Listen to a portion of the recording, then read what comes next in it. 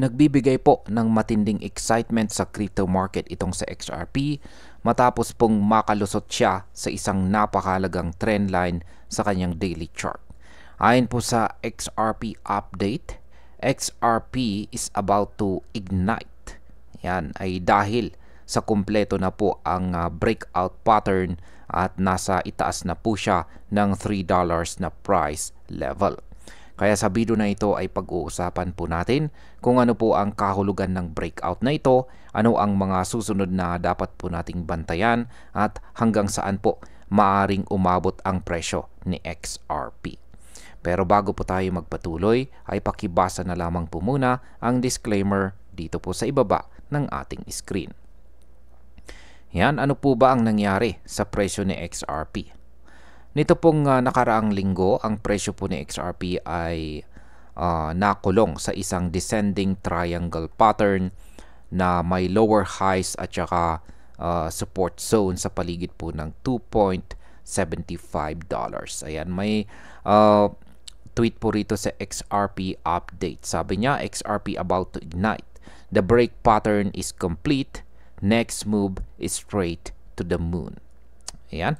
Tingnan po natin yung kanyang ibinahaging chart dito. Isa po itong daily chart time frame ng XRP USDT trading pair. Ayan. Ngayon ay nakikita po natin dito na nabasag po pataas ang downtrend. Yan, or proportion po ng descending triangle pattern ng XRP.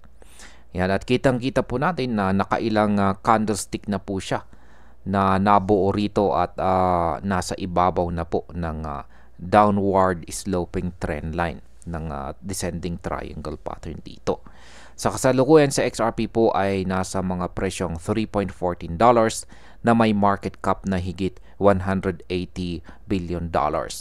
At meron na rin po siyang malakas na daily trading volume. Kaya ang market impact po rito ay ang pag-angat na ito ay malinaw na bullish signal at nagbubukas ito ng pinto para sa mas mataas na presyo kung tuloy-tuloy po ang demand. Ngayon ay bakit po ba mahalaga ang daily close at saka volume? Ayon po sa mga analyst, napakahalaga na makapagsara sa XRP ng malinis sa presyong $3 to $3.13 na price zone para makumpirma po ang kanyang breakout. Ngunit hindi po sapat ang price action lamang. Dapat sumabay din ang malakas na trading volume para masabi po natin na tunay ang buyer conviction. Kaya sa market impact, kung may kasama pong mataas na volume, mas malakas po ang tsansa na magpatuloy ang rally at mas marami pang traders ang susunod sa trend. Kung mahina po ang volume, may posibilidad po na maging false breakout at bumalik po ito sa kanyang dating presyo. Ngayon ay hanggang saan po maaring umabot ang rally ni XRP? Kung mapapanatili po ni XRP ang kanyang momentum, ang unang target ay nasa presyong $3.60. Kung mas lalakas pa ang demand at may suporta mula sa institutional investors at malinaw na regulasyon, posible pang umabot sa XRP sa mas mataas na mid-single digit levels sa hinaharap. Pero dapat pa rin po nating bantayan ang $2.75 na support zone. Kapag bumagsak po kasi ang presyo pabalik dito, maaari pong masira ang bullish setup at mawala po ang momentum. Kaya sa market impact, kapag nalampasan po ang $3.60 na may kasamang volume, posibleng magsimula po ang mas malaking uptrend at magkaroon ng FOMO sa market.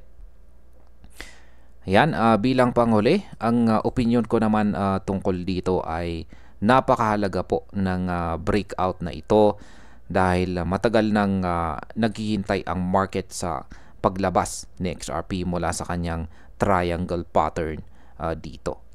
Ang susi ngayon ay ang kanyang daily close at saka volume.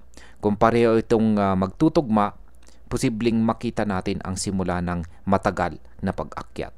Pero kung mahina po ang volume at bumalik sa ilalim ng $3, dapat maging maingat po tayo bilang mga traders at investors dahil maaring ito ay mauwi sa isang retracement.